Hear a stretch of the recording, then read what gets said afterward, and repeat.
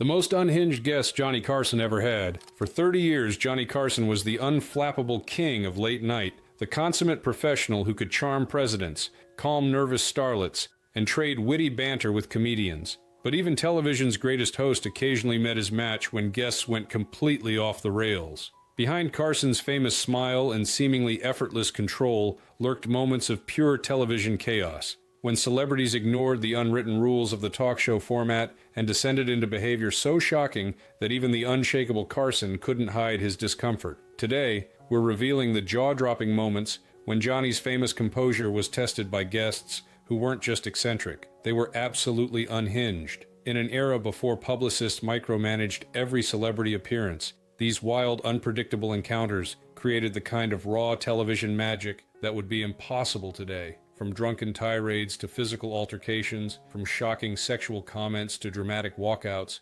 these are the guests who pushed Carson to his limits and created unforgettable moments of late-night insanity. Let's count down the 10 most out-of-control guests who made Johnny Carson earn every penny of his legendary salary. And critics are saying some very nice things about his performance in his latest film called Raw Deal.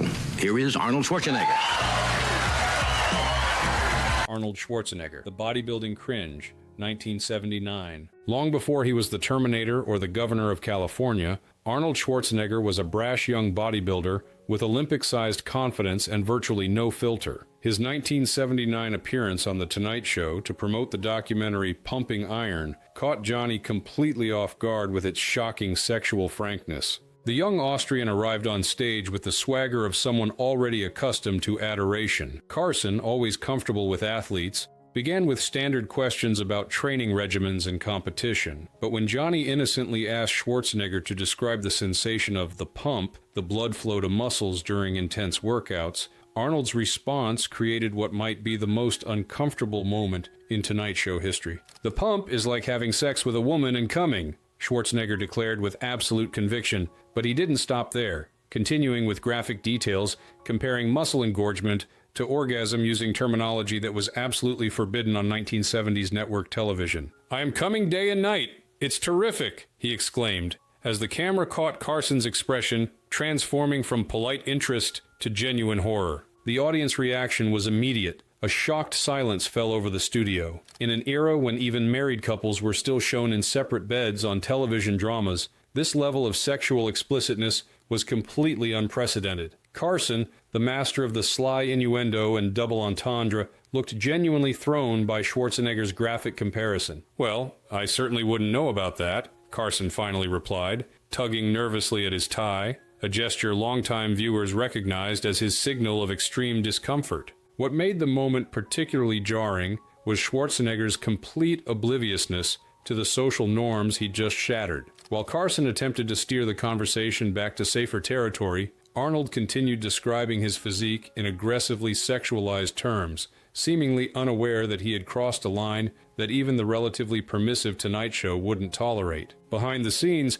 producers were frantically signaling Carson to wrap up the segment. According to longtime Tonight Show writer Raymond Smith, the control booth was in total panic mode. The phones started ringing with network executives demanding to know what the hell was happening. Carson, ever the professional, managed to redirect the conversation toward Schwarzenegger's competitive achievements, but the damage was done. When the segment finally ended, Carson reportedly turned to Ed McMahon during the commercial break and said, "I think we just got pumped in a way the FCC isn't going to appreciate." The audience, initially shocked into silence, eventually responded with nervous laughter, not so much at Schwarzenegger's comments, but at Carson's visible discomfort. It was one of the rare occasions when Johnny's legendary composure was genuinely shaken on air. What's remarkable about this appearance is that it didn't derail Schwarzenegger's budding entertainment career. In fact, some argue that his unfiltered confidence, however inappropriate for the venue, demonstrated the charismatic force of personality that would eventually make him a box office titan. As one producer noted years later, he just didn't know the rules yet,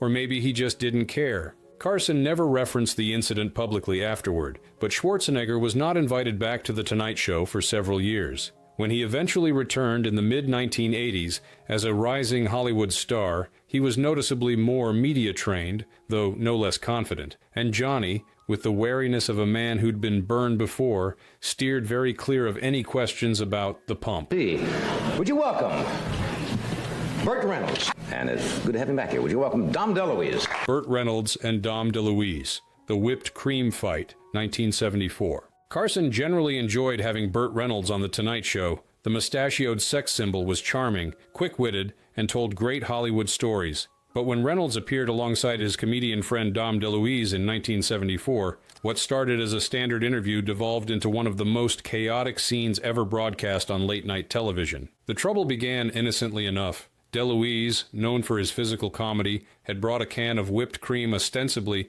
to demonstrate a cooking technique he was famous for. But mischief was clearly on the menu from the beginning, as DeLuise winked conspiratorially at Reynolds while explaining his culinary expertise to Carson. "I have a feeling this isn't going to be about cooking," Carson remarked, with the prescience of a man who had hosted thousands of celebrities, but even he couldn't have predicted what happened next. Without warning, DeLuise began spraying the whipped cream at Reynolds, who responded by grabbing a pitcher of water from Carson's desk and emptying its entire contents down DeLuise's pants. The audience erupted in shocked laughter as the two friends engaged in what quickly became an all-out food fight. Carson, initially amused by the hijinks, became visibly alarmed when the battle spilled literally onto him. Reynolds, caught up in the moment, grabbed the can of whipped cream and turned it on the host, spraying a line directly across Carson's immaculate suit. "That's a $500 suit," Carson exclaimed, a rare moment of genuine irritation breaking through his professional demeanor. But it was too late.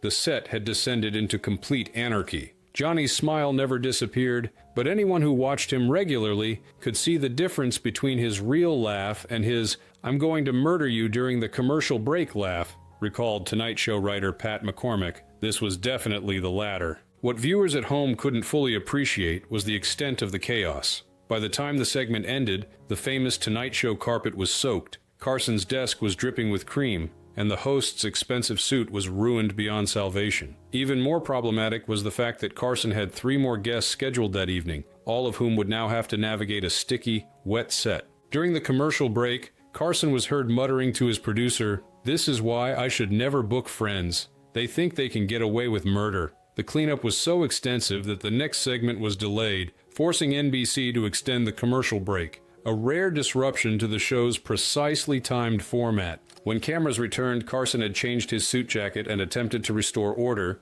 but the damage was done. The remaining interviews that night were conducted with visible stains on the carpet and furniture, with Carson occasionally making pointed references to the hurricane that just hit our set. What made this incident particularly unique was that it represented one of the few times when Carson temporarily lost control of his own show. Unlike most Unhinged guest moments, which involved a single unpredictable celebrity, this was a coordinated assault on the show's decorum and on Carson himself. In the aftermath, Reynolds sent Carson a peace offering, a new suit to replace the one that had been ruined. DeLuise reportedly sent a case of industrial-strength carpet cleaner to the studio. Carson, whose ability to find humor even in moments of chaos was legendary, referenced the incident in his monologue the following night. "We've had a slight change in our format. Tonight's show is now brought to you by Swiffer and Stanley Steamer." Despite the mayhem they caused, both Reynolds and DeLuise were invited back to the show numerous times,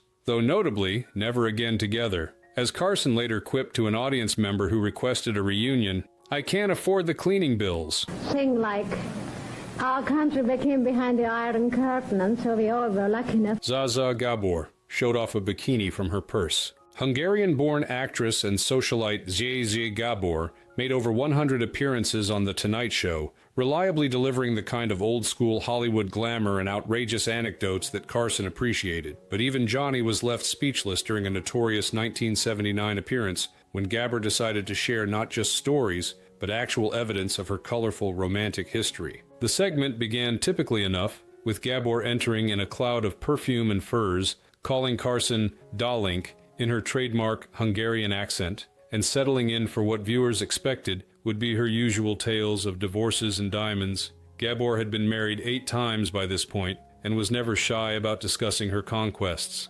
About 5 minutes into the interview, Carson innocently asked about her recent vacation to the south of France. What happened next left even the unflappable host momentarily stunned. Gabor suddenly reached into her purse and triumphantly pulled out a skimpy gold bikini. "This, Johnny Dalink, is what I was wearing when I met my 4th husband on the beach at Cannes," she announced to the visibly startled Carson. Or was it my fifth? No matter. The audience erupted in surprised laughter as Gabor held up the barely there swimwear for the cameras. Carson, reaching for his water glass, managed a weak, "That's, certainly compact," but Gabor was just warming up. Still holding the bikini, she launched into a detailed account of the sexual escapade that followed her beach encounter, describing how her future husband had been unable to resist her in this particular swimsuit. "The minute he saw me in this, Johnny, he followed me to my hotel and knocked on my door. And let me tell you, darling, he did not come to borrow sugar," Gabor declared with a suggestive flutter of her eyelashes.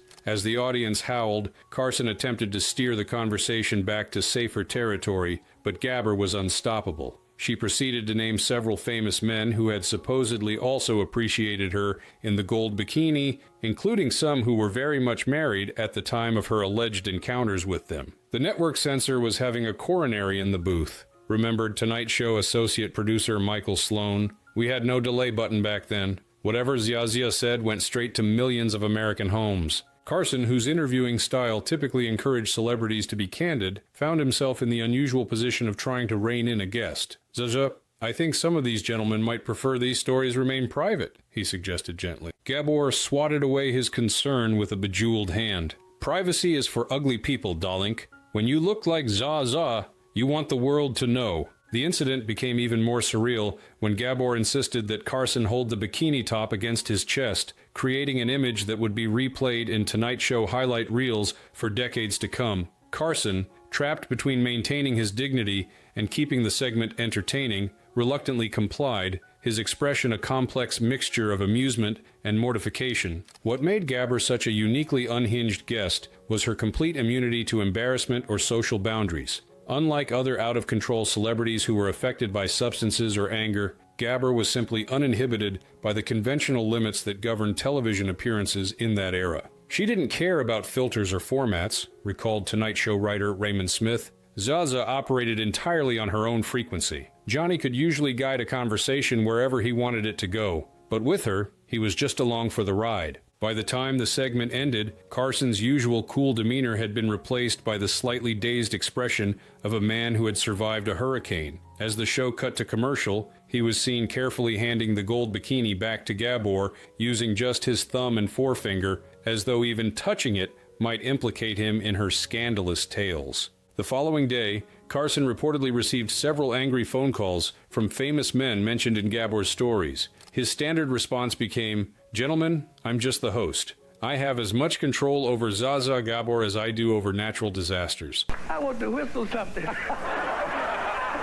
Well, what is it, dear? It's so nice to see you. Did you... Red Fox stormed off over a cigarette ban. Comedian Red Fox was riding high as the star of the hit sitcom Sanford and Son when he appeared on The Tonight Show in 1975. Known for his raunchy nightclub act and volatile temperament, Fox was considered a booking coup for Carson, who admired the comedian's groundbreaking career. But what should have been a friendly conversation between two entertainment legends instead became one of the most awkward walkouts in television history. The trouble began before Fox even made it to the famous Tonight Show couch. A chain smoker who was rarely seen without a cigarette, Fox arrived backstage and was informed by a production assistant about NBC's recently implemented no-smoking policy on the set. The comedian's reaction was immediate and explosive. "No smoke, no joke," Fox reportedly declared, loud enough that Carson, waiting on set, could hear the commotion from behind the curtain. Tonight, show producer Frederick de Cordova attempted to defuse the situation, explaining that the policy was network-mandated and not up for negotiation. Witnesses described Fox becoming increasingly agitated, pacing backstage and muttering about disrespect, while the commercial break that would precede his introduction continued. What viewers saw when the program returned was Carson introducing Fox with his typical warm enthusiasm. The comedian walked out, shook Carson's hand perfunctorily, and took his seat. But television audiences immediately sensed something was wrong. Fox's body language was tense, and instead of engaging with Carson's first question about his hit show, he immediately addressed the smoking issue. "Johnny, they tell me I can't smoke out here," Fox said abruptly. "I've been smoking on television for years. What's the problem now?" Carson, caught off guard by having an off-camera dispute brought directly on air, attempted to smooth things over. "Well, you know, Red, it's a new network policy. I don't make the rules around here." He chuckled uneasily, trying to move the conversation forward. But Fox was not to be pacified. It's about respect, man. I've been in this business 30 years. If Dean Martin can drink on his show, why can't I smoke on yours? The audience, sensing real tension rather than staged comedy, fell uncomfortably quiet. Carson, a smoker himself, who frequently used cigarettes during interview segments in earlier years of the show, tried a different approach. Tell you what, Red, let's talk about your successful series, and maybe after the show, we can both sneak outside for a smoke. I'm feeling the urge myself, Carson offered, attempting to use humor to diffuse the situation. It was the wrong strategy. Fox stood up abruptly, straightening his jacket. No, man, this is wrong. I don't perform where I'm not respected. What followed was one of the most uncomfortable moments in The Tonight Show's history. With cameras rolling live, Fox turned to Carson and said simply, "Sorry, Johnny. No smoke, no joke," repeating his backstage declaration. Then, without another word, he walked off the set. The audience gasped. Carson, in a rare moment of being visibly flustered, turned to Ed McMahon with a genuinely shocked expression. "Well, Ed," he said after a moment of stunned silence, "I guess we'll be going to a commercial a bit early tonight." When the show returned from the hastily inserted commercial break, Carson handled the awkward situation with his characteristic grace. For those of you wondering what happened to Red Fox, so am I. The audience laughed nervously, and Carson continued with his remaining guests, though the incident cast a pall over the rest of the broadcast. Behind the scenes, the situation was even more chaotic. "It was an absolute nightmare," recalled stage manager Joseph Petta. "We had no backup plan because no one walks out on Johnny Carson. It just wasn't done. The producers were in a complete panic." The fallout continued after the show. NBC executives were furious about the incident, both because of the embarrassment to their flagship program and because Fox was the star of one of their most successful sitcoms. Carson himself was reportedly angered not by Fox's desire to smoke, but by his willingness to create an uncomfortable situation on live television. "Johnny valued professionalism above all else," explained longtime Tonight Show writer Raymond Smith. "He felt that whatever disagreements might occur backstage, once the cameras rolled, you put on a good show for the audience. Fox violated that cardinal rule." The incident became a legendary moment in late-night television, one of the few times a guest simply walked out mid-interview. It would be years before Fox was invited back to The Tonight Show, and relations between the comedian and Carson remained cool afterward. As Carson later told a colleague, 30 years in television, and I've learned one thing for sure: never open with a question about smoking. Two boys in that film are really remarkable. Blake and the other fellow was, Truman Capote, high, incoherent, and sloppy. Truman Capote's appearances on The Tonight Show traced the brilliant writer's tragic decline from literary lion to troubled celebrity. In his early visits during the 1960s, following the publication of In Cold Blood, Capote was witty, articulate, and engaging, exactly the kind of guest Carson appreciated. But his 1975 appearance painted a devastatingly different picture, creating one of the most uncomfortable interviews in the show's history. By the mid-1970s, Capote's struggles with alcohol and drugs had become public knowledge. Nevertheless, Carson, who admired Capote's literary genius, continued to welcome him as a guest. The author's November 1975 appearance, however, tested even Carson's legendary interviewing skills. From the moment Capote walked onto the set, it was clear something was seriously wrong. He moved unsteadily, requiring assistance to reach his chair. His speech was noticeably slurred, and his gaze wandered unfocused around the studio. Carson's expression upon greeting him registered momentary shock before he composed himself. Truman appeared not just under the influence, but almost in another dimension entirely, recalled Tonight Show associate producer Michael Blake. The makeup department had done their best, but there was no disguising his condition. His eyes were glassy, his complexion was gray,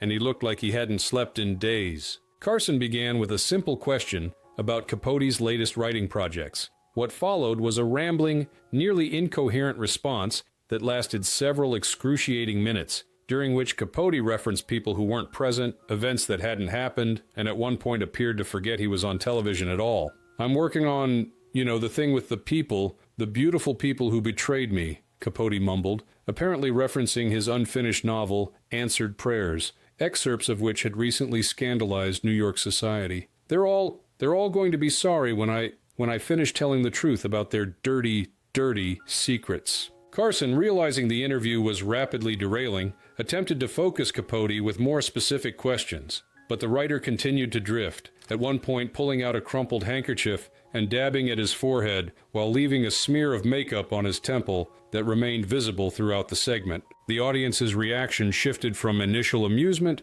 to uncomfortable silence as it became increasingly apparent that they were witnessing not entertainment, but a public breakdown. Carson, ever sensitive to these shifts in mood, tried to maintain dignity, both Capote's and the show's, by treating the writer's ramblings as though they made perfect sense. Johnny was like a man trying to keep a drowning person afloat, observed director Frederick de Cordova later. He kept throwing out lifelines in the form of easy questions, hoping Capote would grab onto something coherent, but nothing worked. The most disturbing moment came when Carson asked about Capote's friendship with convicted murderer Perry Smith, one of the subjects of In Cold Blood. Capote's demeanor suddenly changed, his eyes welling up with tears as he spoke about Smith in the present tense, apparently forgetting that Smith had been executed a decade earlier. "Perry understands me better than these so-called friends in New York," Capote said, his voice cracking. "He's the only one who doesn't want something from me." Carson, recognizing the interview had moved beyond salvaging,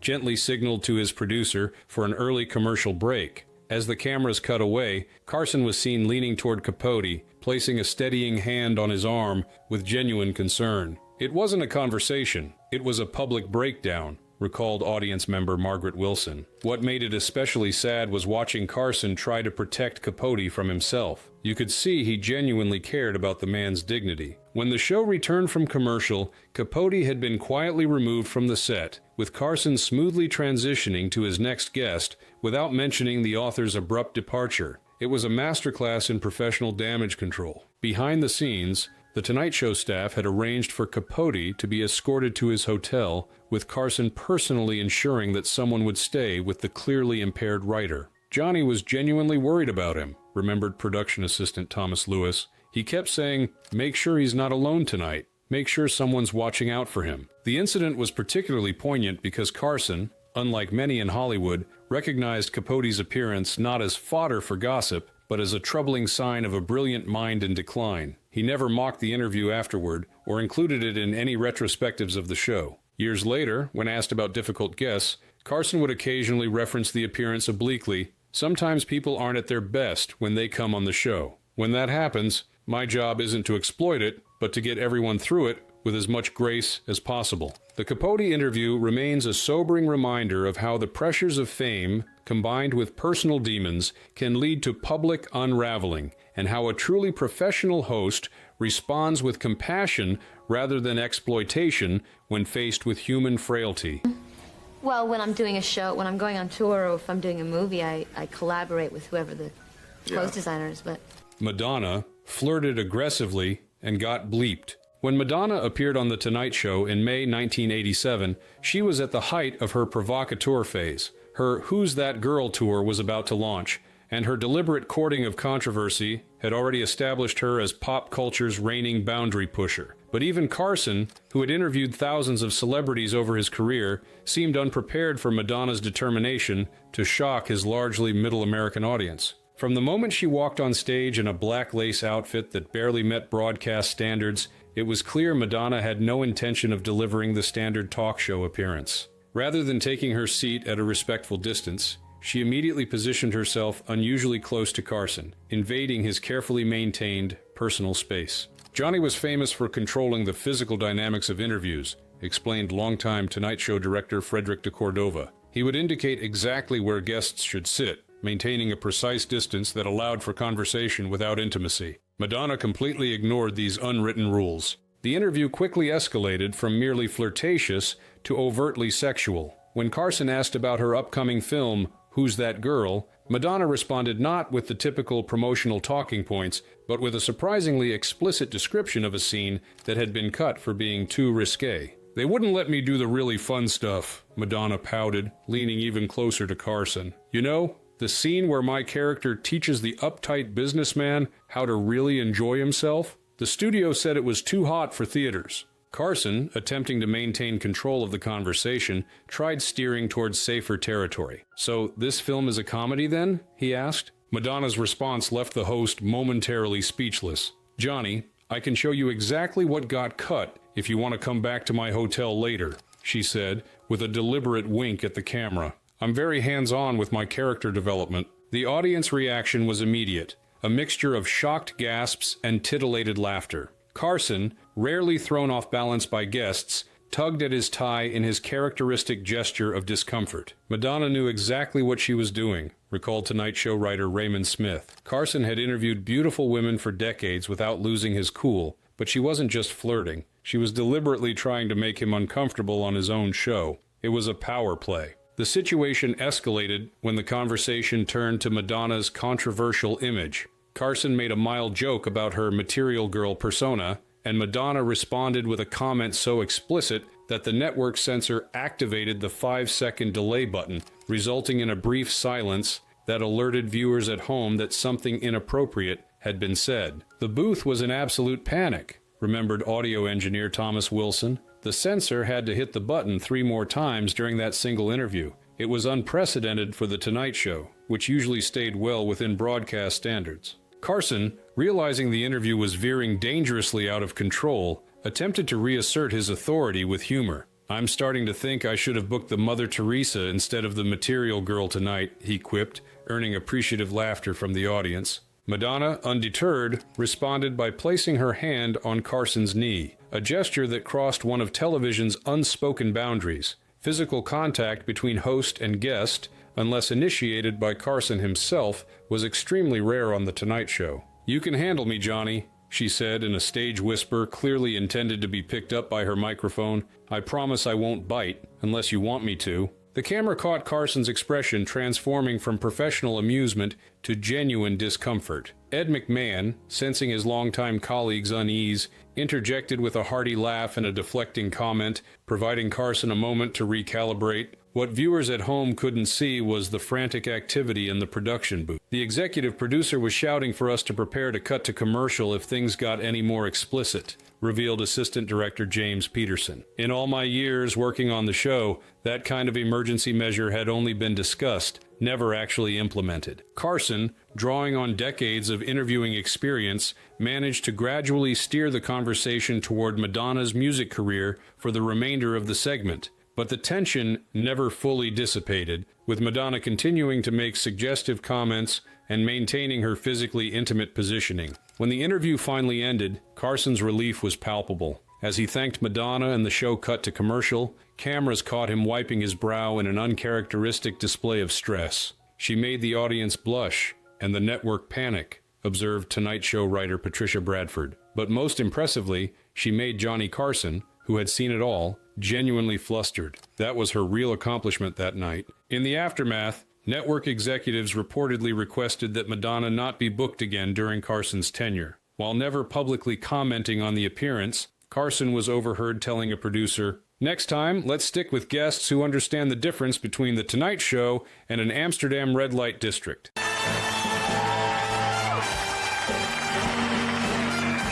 Don Rickles crashed the set mid-taping. Comedian Don Rickles and Johnny Carson shared one of late-night television's most entertaining friendships. Rickles' appearances were always highly anticipated, with his mock insult comedy style and Carson's reactions creating reliable comedy gold. But in 1976, Rickles took their relationship to unprecedented territory by literally hijacking The Tonight Show in the middle of someone else's interview. The evening began routinely enough. Carson was mid-conversation with actor Robert Blake, then starring in the hit series Beretta, when commotion erupted from backstage. Without warning or introduction, Don Rickles suddenly burst through the curtains, completely uninvited and unscheduled. Johnny, I was just next door doing the Dinah Shore show and I heard you were saying terrible things about me," Rickles bellowed as he charged onto the set, still wearing makeup from his appearance on the neighboring program. Carson's face registered genuine shock. This wasn't a planned bit or prepared segment. Studio audience members reported seeing the host quickly glance off stage toward his producer with a "what is happening" expression before composing himself. "Ladies and gentlemen, apparently Don Rickles has escaped from his handlers," Carson ad-libbed, seamlessly shifting into damage control mode. "Bob, I apologize for this interruption. Don usually has a restraining order preventing him from coming within 500 feet of a television camera." But Rickles was just warming up. Instead of merely making a brief, comedic appearance and leaving, he pulled up a chair, physically inserting himself into the ongoing interview with Blake, who appeared increasingly bemused by the hijacking of his segment. "Don't mind me, Bobby. I'm just here to make sure Johnny doesn't bore America to death," Rickles announced. "You keep talking about your silly little bird show. I'll just sit here and make sure the audience stays awake." What followed was 20 minutes of unscripted chaos as Rickles completely dominated the conversation, interrupting both Carson and Blake repeatedly. At one point, he grabbed Carson's famous coffee mug and peered inside. "What is this, Johnny? Water? You cheap bastard. The biggest star in television, and you can't even spring for real coffee for your guests?" Rickles then proceeded to walk around Carson's desk, territory that was traditionally off-limits to guests, and began rifling through the host's drawers on live television. "These are private," Carson protested, half-seriously attempting to close a drawer as Rickles pulled out personal items. "Private? On television? Nothing's private. Look at this, folks," Rickles exclaimed, holding up a comb and a small mirror he'd found. "The great Johnny Carson is as vain as a peacock." Carson, simultaneously amused and alarmed, tried to regain control of his show. "Don, we do have other guests scheduled tonight." "They can wait," Rickles interrupted, turning his attention to Carson's famous set. In a move that left the crew horrified, he began touching various props and set pieces, at one point actually breaking the rabbit ears on a decorative television prop that sat on a shelf behind Carson's desk. "That's coming out of your paycheck," Carson warned, only half joking as Rickles continued his rampage. "Bill it to NBC," Rickles shot back. "They can afford it. Look at this cheap set. You're the biggest star in television, and they give you furniture from the Salvation Army." What made this incident particularly remarkable was that it occurred during the era of live broadcasting, with no ability to edit or control what viewers at home were witnessing. Network executives were reportedly watching in horror as Rickles effectively commandeered their flagship program.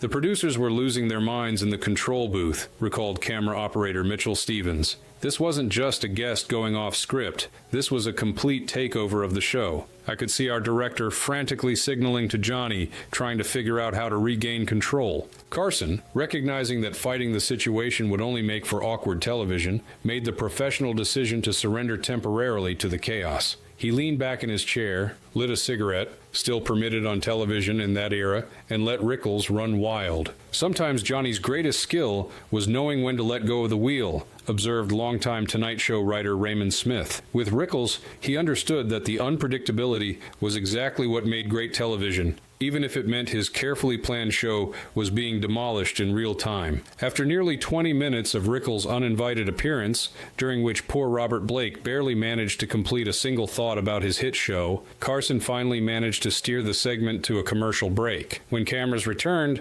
Rickles had been persuaded to leave, though not before extracting a promise from Carson to visit him at his upcoming Las Vegas show. The incident became one of the most talked-about moments in Tonight Show history, with viewers calling NBC the next day not to complain but to praise the unscripted hilarity. Carson, recognizing the entertainment value of what had transpired, referenced the Rickles invasion in his monologue the following evening. "We've increased security around the studio tonight," he told the audience. "Don Rickles has been added to the FBI's most wanted list, and we've installed a new alarm system that's triggered by the sound of insults and flop sweat." While the appearance might have infuriated network executives and producers, it cemented the Carson-Rickles relationship as one of television's great comedic partnerships. It also demonstrated why live television in that era possessed an electricity that many feel is missing from today's more tightly controlled talk show environment. As Carson later explained to a reporter asking about the incident, with Don, it was controlled chaos, but just barely. Now we're all going to play a game. I'm sure you all know it. It's called Simon Says.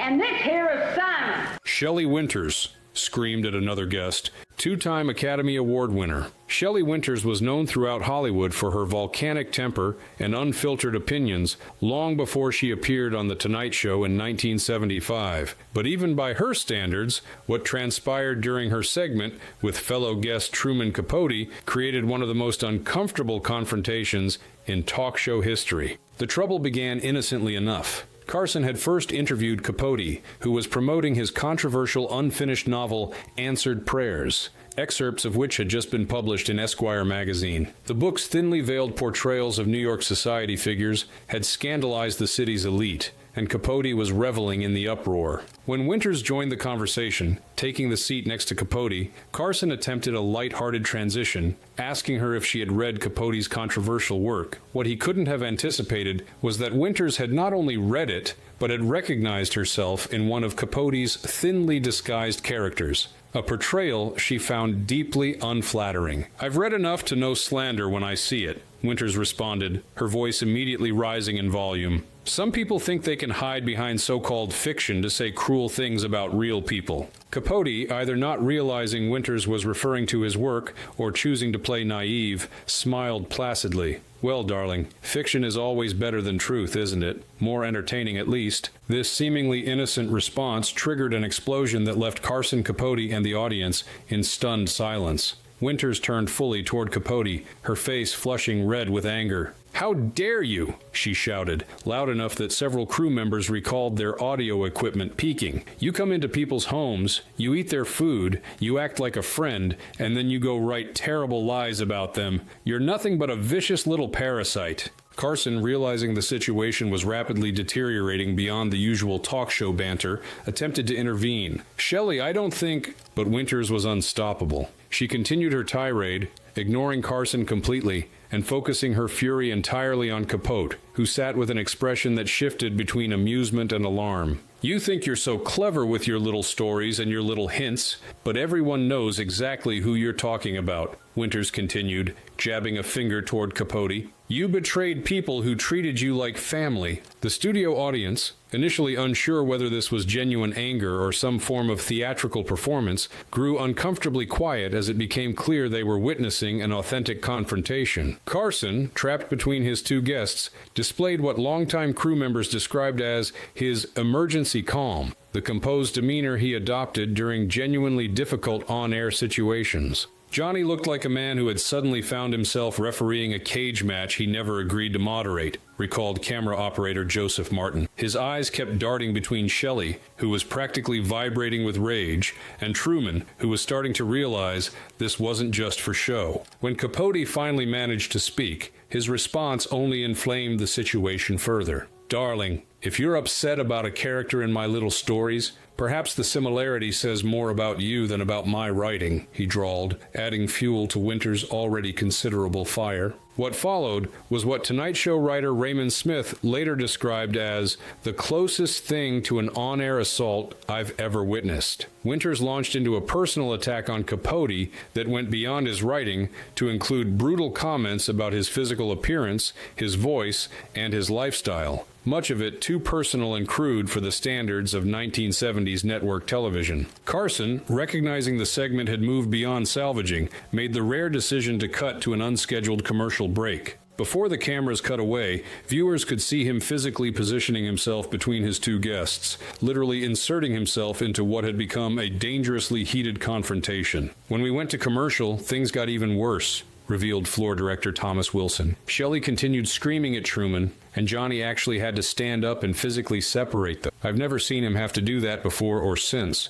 During the break, producers frantically rearranged the seating, moving Winters to Carson's desk and positioning Capote at the far end of the couch to create maximum distance between the warring guests. When the broadcast resumed, Carson addressed the situation with his characteristic understated humor. "We're back, and I want to assure our viewers at home that no authors or actresses were harmed in the making of this show. Yet." His wry delivery earned nervous laughter from the audience, momentarily diffusing the tension. For the remainder of the segment, Carson demonstrated why he was considered the master of the talk show format, carefully directing questions to each guest individually and smoothly interrupting whenever Winters showed signs of launching another attack. His body language, leaning forward, maintaining constant eye contact with whoever was speaking, created a subtle but effective barrier between the hostile parties. "It was like watching a lion tamer with two particularly ill-tempered lions," observed audience member Margaret Johnson. "He never showed fear,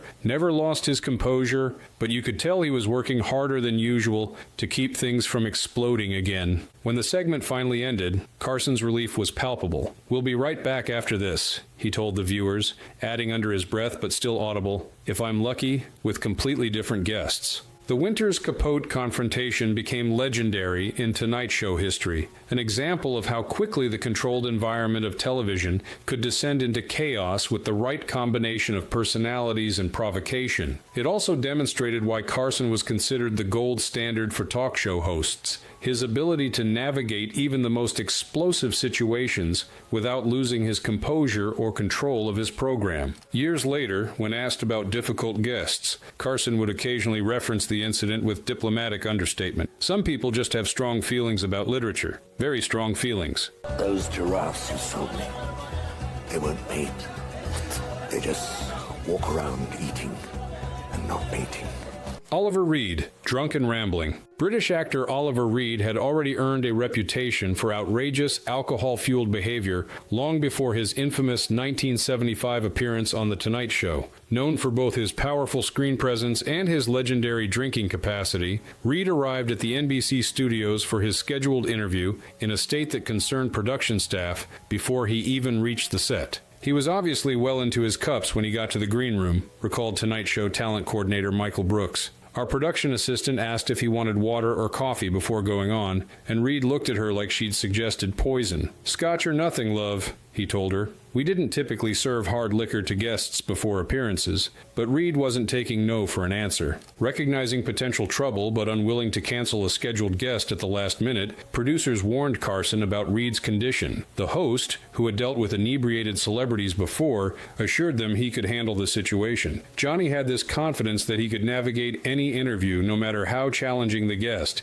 explained longtime director Frederick de Cordova. But even he wasn't prepared for Hurricane Oliver. When Reed was introduced and stumbled onto the set, the audience's initial laughter quickly subsided as they realized this wasn't a comedic bit, but a genuinely intoxicated performer. Reed collapsed into the guest chair, immediately sprawling in a manner that violated the usual composed posture of Tonight Show guests. Carson, ever the professional, opened with a standard question about Reed's latest film. What followed was a rambling, nearly incomprehensible response that veered wildly from the movie to Reed's childhood, to an extended anecdote about a bar fight in Malta that had nothing to do with Carson's question. Throughout this monologue, Reed's words were so slurred that NBC's closed captioning department reportedly struggled to transcribe his speech. He didn't need questions, just liquor and a microphone, observed Tonight Show writer Patricia Bradford. Carson would start to ask something, and Reed would just bulldoze right over him with whatever thought had just entered his head. It wasn't a conversation, it was a hostage situation. The interview took an even more alarming turn when Reed began making increasingly sexual comments, first about actresses he had worked with, and then, bizarrely, directing innuendo toward Carson himself. The audience's uncomfortable laughter signaled their recognition that boundaries were being crossed. Carson, maintaining his composure, attempted several times to guide Reed back to appropriate territory with questions about his acclaimed performances in films like Oliver and Women in Love. But the actor seemed physically incapable of focusing on any single topic for more than a few seconds. Johnny had this technique we called the redirect for difficult guests, explained longtime production assistant Thomas Wilson. He would nod politely while they were speaking, then completely change the subject when they paused for breath. But with Reed, there were no pauses. Just an unbroken stream of consciousness that became progressively less coherent. The situation reached a crisis point approximately 7 minutes into the segment. Reed, attempting to demonstrate a stunt from one of his films, tried to stand up and nearly toppled over, grabbing Carson's desk for support and knocking over the host's famous coffee mug in the process. Water spilled across Carson's notes and the front of his suit. At this moment, viewers witnessed a rare break in Carson's professional demeanor. His expression, just for an instant, revealed genuine alarm before he quickly recovered. "I think the desk is supposed to stay where it is, Oliver," he quipped, using humor to mask what had become a genuinely concerning situation. Behind the scenes, producers were frantically signaling Carson to wrap up the segment, something almost unheard of for a first-time guest on the show. The control booth was in complete panic mode, remembered Assistant Director James Peterson. There was serious discussion about cutting to commercial mid-interview, which was absolutely against Johnny's policy unless there was a true emergency. That's how bad it had gotten. Carson, recognizing the segment couldn't be salvaged, made the decision to end the interview early. With a smoothness that disguised the unprecedented nature of the situation, he thanked Reed for coming and suggested they continue this conversation another time when we have more opportunity to really dig into your remarkable career. A graceful exit that most viewers wouldn't recognize as the emergency extraction it actually was. As the show cut to commercial, cameras caught Reed appearing confused about the abrupt conclusion, while Carson quickly moved away from the guest chair, signaling to production assistants who immediately appeared to escort Reed off the set. Oliver was still talking, completely unaware that his segment was over, recalled stage manager Joseph Petta. He actually tried to continue the interview during the commercial break, following Johnny around the set until security gently guided him backstage. The aftermath of Reed's appearance created significant behind-the-scenes tension. Network executives were furious about the near disaster on their flagship program, and Carson himself, though publicly gracious, was reportedly unusually irritated. Johnny prided himself on being able to handle any guest, explained longtime producer Michael Sloan. Reed's appearance was one of the few times I ever heard him admit that a segment had been beyond saving. Reed was never invited back to The Tonight Show during Carson's tenure. When asked about the appearance years later, Carson demonstrated his characteristic tact. Oliver Reed is a tremendously talented actor who was having, let's just say, an enthusiastic evening when he visited us. The incident became a cautionary tale within NBC about the risks of booking guests known for unpredictable behavior, particularly on a live broadcast where there was limited ability to control unexpected situations. It also highlighted Carson's extraordinary professionalism, his ability to maintain his composure and protect both his show and his inebriated guest from a complete on-air meltdown. As Tonight Show writer Raymond Smith later observed, most hosts today would milk that kind of train wreck for ratings and viral clips. Johnny's instinct was to minimize the damage and protect everyone involved, including the audience, from something that had stopped being entertainment and started being uncomfortable. That's why he was the best who ever did it.